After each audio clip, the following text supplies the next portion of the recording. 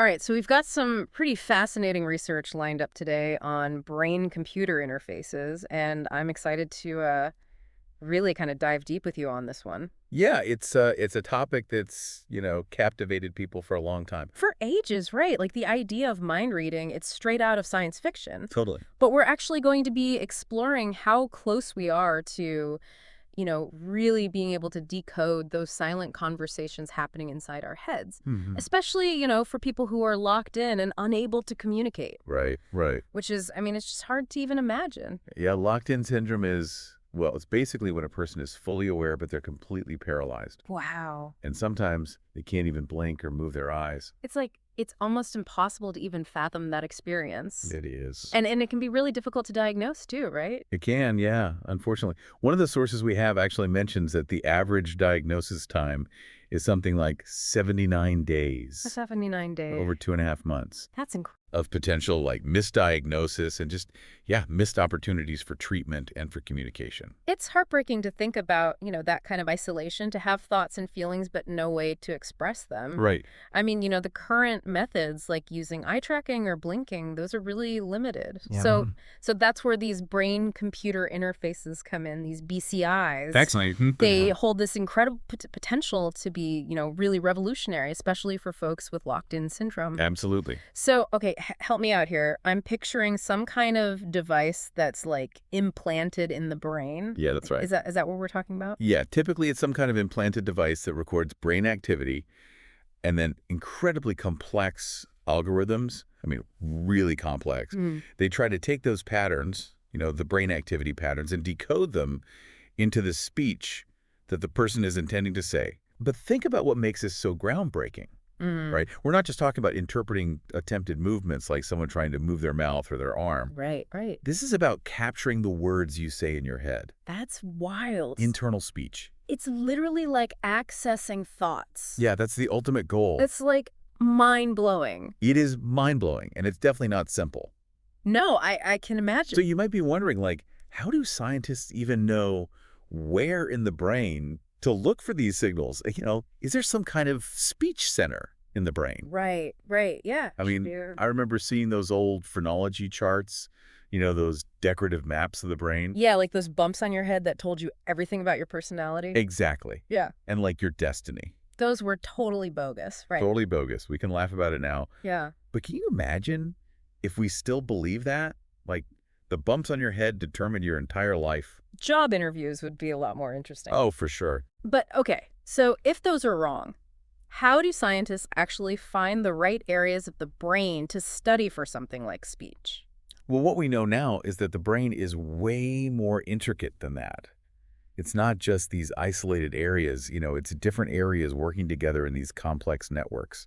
So it's not like there's just this one speech button you can tap into. Not exactly, no. Okay. Although there was this one study that really caught our eye. It focused on an area of the brain called the supramarginal gyrus, SMG for short. SMG, okay, yeah, it sounds kind of familiar. Right. But isn't that the area that's usually associated with physical actions, like grabbing something or reaching? Yeah, that's right. That's what's so interesting about this finding. So how does that relate to speech? Well, they were studying a participant who was tetraplegic, meaning he couldn't move his arms or legs. Okay.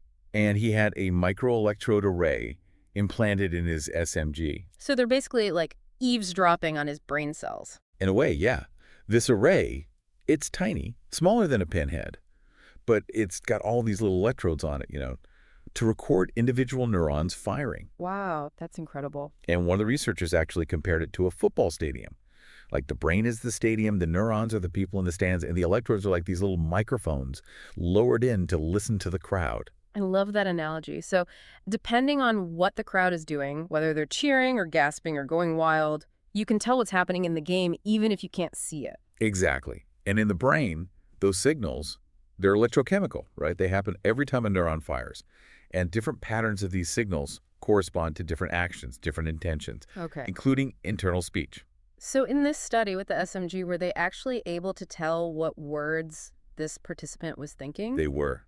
They had him mentally speak a small set of words, things like cowboy or telephone, even some made-up words. And what's amazing is that after just 15 minutes of training, the device could identify the words he was thinking with Over 90% accuracy. 90%? I mean, are you serious? Yeah, it's remarkable. That's incredible. They even created this visual graph, and you could see these unique brain activity patterns for each word. That's insane. Okay, so this sounds almost too good to be true. What are the catches? Well, there are a few limitations to keep in mind. I mean, one, the vocabulary was pretty small. Okay, yeah. And this study, it hasn't been published in a peer-reviewed journal yet. Right. So we need to see it replicated and validated by other scientists. That makes sense. But, you know, it's a promising proof of concept. It is. It definitely opens up some really exciting possibilities for the future. Okay, so deciphering single words, I mean, that's a huge step. But what about, like, full sentences? Is that even possible? Well, researchers are working on that, too. Really? And that involves tapping into a different part of the brain and using a slightly different approach. All right, I am all ears. What's the next step in this mind-reading journey? Well, some researchers are shifting their focus from individual words to letters. Letters, like spelling out words one letter at a time. Exactly. Think of it like using the NATO phonetic alphabet. Instead of trying to decode the word apple all at once, you decode alpha, papa, lima, echo. That's really clever. Right. That's really clever. But wouldn't that be, like, super slow, spelling out every word letter by letter? It could be, yeah. Yeah. But remember, we're talking about internal speech here.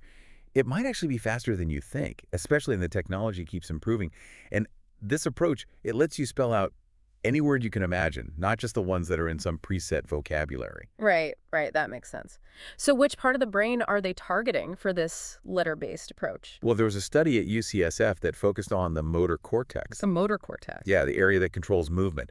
They implanted a larger array of electrodes there in a patient who had lost the ability to speak because of a stroke. Oh, wow. So instead of, trying to listen to individual neurons, like in that SMG study, Right. they're looking at the activity of thousands of neurons all at once. So it's like instead of having a single microphone, you've got this whole sound system.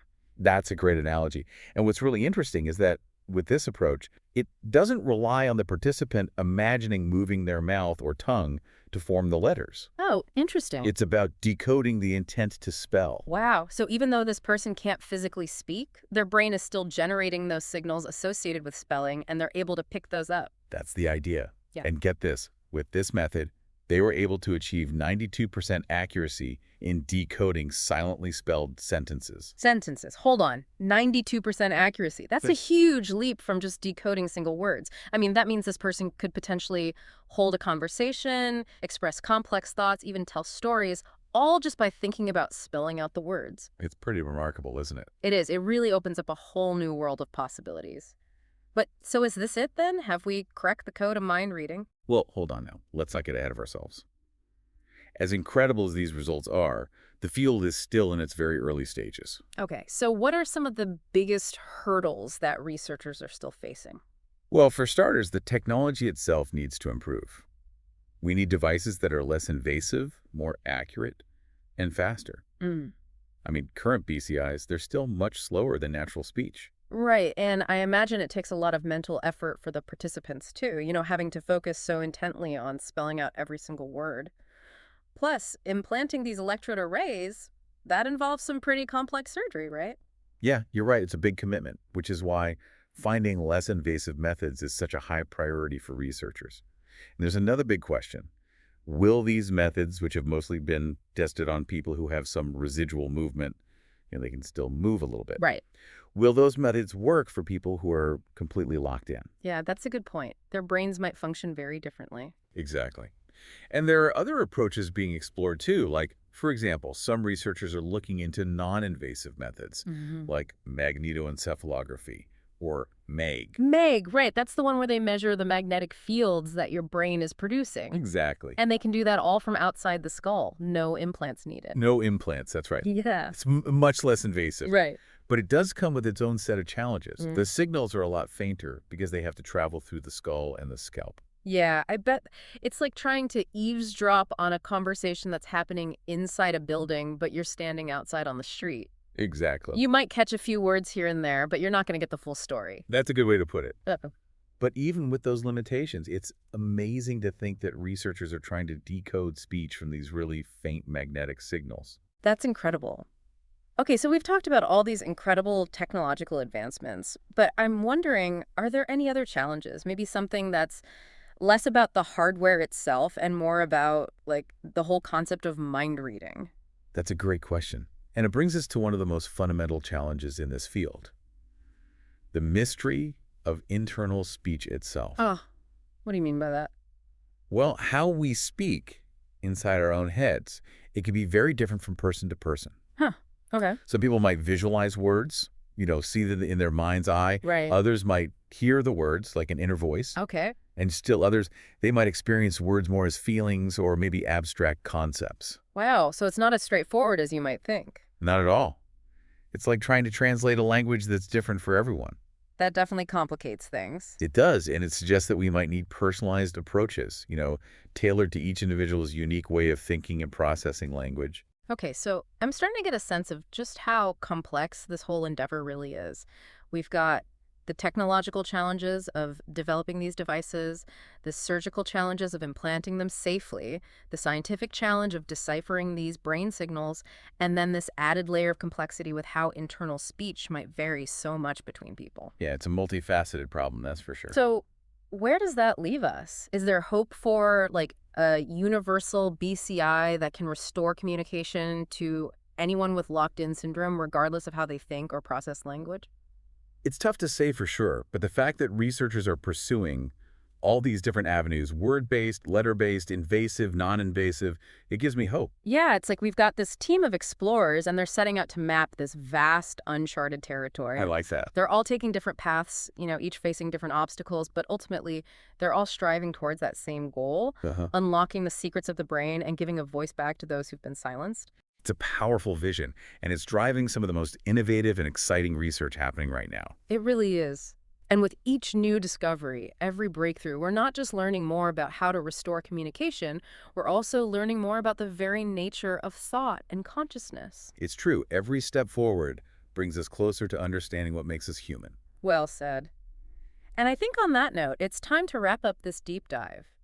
We've covered a lot of ground today, from the technical details of how BCIs work to the mind-blowing possibilities and the ethical considerations we can't ignore. Yeah, it's been quite a journey. It has.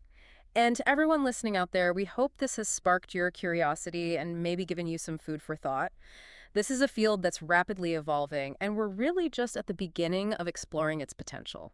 Who knows what amazing discoveries and breakthroughs lie ahead? It's an exciting time to be following this research, that's for sure.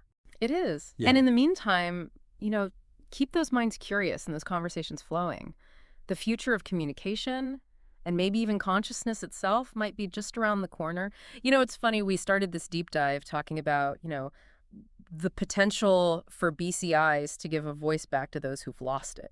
Mm-hmm. And that in itself is, incredibly powerful. Yeah. But I think as we've been talking about it, there's just so much more to it than that, It really feels like we're on the verge of understanding something like truly fundamental about what it means to be human. It does, doesn't it? I mean, as with any profound scientific advancement, I think we have to consider the implications. Right. The ethical considerations. Exactly. Because if we're talking about decoding those silent conversations, those inner thoughts, Yeah. well, that raises some serious questions about privacy, doesn't it? Absolutely. I mean, imagine if someone could just listen in on your thoughts without your consent. Yeah. That feels like a huge invasion of privacy, Where do we draw the line? Right. And it's not even just about someone literally listening in. Mm-hmm. It's also about the potential for those thoughts to be misinterpreted or taken out of context. Oh, absolutely. I mean, our internal monologues, they're often pretty messy, right? Full of random thoughts, feelings, things we might not want to share with the world. Exactly. And so, that brings up this question of control. Right. Who would have access to this information? Mm-hmm. How would it be used? Could it be used against you, maybe in a court of law, or by employers? Oh, yeah. I mean, these are all things we really need to think about. I think we need to think about it very carefully. It's almost like we're entering like a whole new era of information ethics. We've already been grappling with these issues of privacy and data security, in the digital age. Mm-hmm. But this feels like a whole new level. It does. Yeah. And, I think we need to start having these conversations now before this technology becomes widely available. We need to establish some clear guidelines, Sure. safeguards to protect individual rights and autonomy. Yeah, you're absolutely right. I think a lot of people might hear all this and be like, well, this is just science fiction. This is something we don't have to worry about anytime soon. Yeah. But the reality is this technology is advancing so rapidly. It is. And we need to be prepared for the ethical challenges. We do. We can't just bury our heads in the sand and pretend these issues don't exist, you know? No. We need to be proactive, have these tough conversations now, while we still have time to shape how this technology develops and how it's implemented responsibly. That's a good point. It's a lot to grapple with. It is. It's like we're venturing into this uncharted territory, both scientifically and ethically. You know, it's true, but it's incredibly exciting. It is. To think about the potential benefits. I mean, we're talking about restoring communication to people who have literally been silenced. Right. Allowing them to connect with their loved ones, share their thoughts and feelings, live richer, more fulfilling lives. Absolutely. And even beyond that, just imagine the potential for understanding consciousness itself. Right. By decoding internal speech, I mean, we might actually be able to unlock some of the deepest mysteries of the human mind. Yeah, I mean, that's what makes this field so captivating. It really is. It's not just about developing new technologies. It's about, pushing the boundaries of human knowledge. It is. It's about exploring what it means to be human. Absolutely. Well said. So, on that note, I think it's time for us to wrap up this deep dive. Okay. We've covered a lot of ground today, everything from the technical details of how BCIs work to these mind-blowing possibilities. Right. And, of course, those ethical considerations that we absolutely cannot ignore. We can't. So for everyone listening out there, we hope this has sparked your curiosity and maybe given you some food for thought. For sure. Because this is a field that's constantly changing, constantly evolving. And we're really just at the very beginning of exploring its potential. Right. Who knows what incredible discoveries lie ahead? I can't wait to see what the future holds. Me neither. So in the meantime, keep those minds curious and keep those conversations flowing. Because the future of communication, and maybe even consciousness itself, might be just around the corner.